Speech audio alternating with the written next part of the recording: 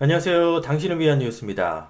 지난 2월 한국인 입국자들을 사전 통보 없이 막았던 이스라엘이 신종 바이러스에 대처하는 한국을 바라보며 그동안의 시선이 완전히 달라졌습니다. 이스라엘 전략연구소인 베긴 사다트 전략연구센터는 지난 6일 홈페이지에서 한국이 신종 바이러스 대응에서 제대로 된 소프트 파워를 보여줬다고 극찬했습니다. 베긴 사다트 전략연구센터는 서양 의료센터들이 아시아 정부들의 강력한 조치에 눈을 돌리고 있으며 2003년 사스 사태를 겪으며 위기에 대비해온 아시아는 서양보다 이번 사태를 훨씬 잘 견디고 있다고 말했습니다.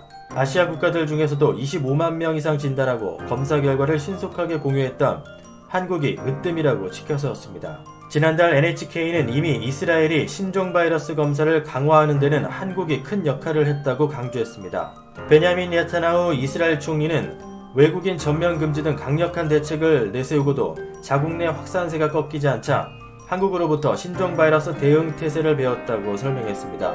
지난 2월 한국인 130명의 입국을 갑자기 금지하고 한국인들을 향해 코로나로 비아냥거렸던 모습과는 백짓도 달라진 모습입니다. 그도 그럴 것이 7일 기준 이스라엘의 감염 확진자는 9,000명을 넘어서 중동 지역 국가 중 이란 다음으로 많았고 그 중에서 700여 명만 병원 치료를 받고 있는 것으로 알려졌습니다. 더욱이 감염자 중 819명은 호텔을 개조해 치료를 받고 있으며 1,100여 명은 아직 치료 및 격리 장소가 결정되지 않은 것으로 전해졌습니다.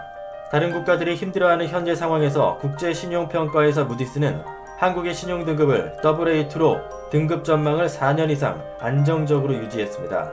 무디스는 신용의견서에서 신종 바이러스로 인해 한국 경제는 전례 없는 위기 상황에 봉착했지만 생각보다 짧은 시간 내에 높은 경쟁력으로 성장 동력을 회복할 것이라고 예상했습니다. 외국인의 유입을 막지 않으면서도 끈기 있게 신종 바이러스에 대처하고 있는 한국의 노력을 중장기적으로 경제 안정을 회복할 원동력으로 생각하고 있는 것입니다. 이제 무디스의 이러한 평가를 바탕으로 한국의 위상은 더욱 높아졌다 할 수 있습니다. 8일 에스토니아의 칼리오라이드 대통령은 문재인 대통령과의 통화에서 에스토니아도 대량의 진단검사를 하고 사회적 거리두기 운동을 하고 있다며 한국은 우리의 방역 모델이라고 밝혔습니다.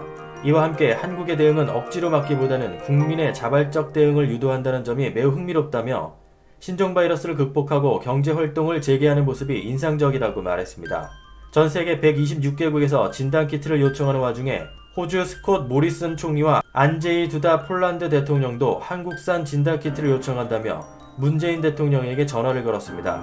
문재인 대통령은 진단키트와 방역물품에 대한 구체적인 요청사항을 알려주면 형편되는 대로 도와주겠다고 말하며 국가 간 무역관계를 안정적으로 발전시켜 나가자고 응답했습니다. 지금 전 세계는 한국산 진단키트를 구하기 위해 모든 수단을 동원하고 있습니다. 현재 하늘길은 막혀있지만 진단키트를 공수하기 위해 우리나라의 비행기를 띄우고 있는데요.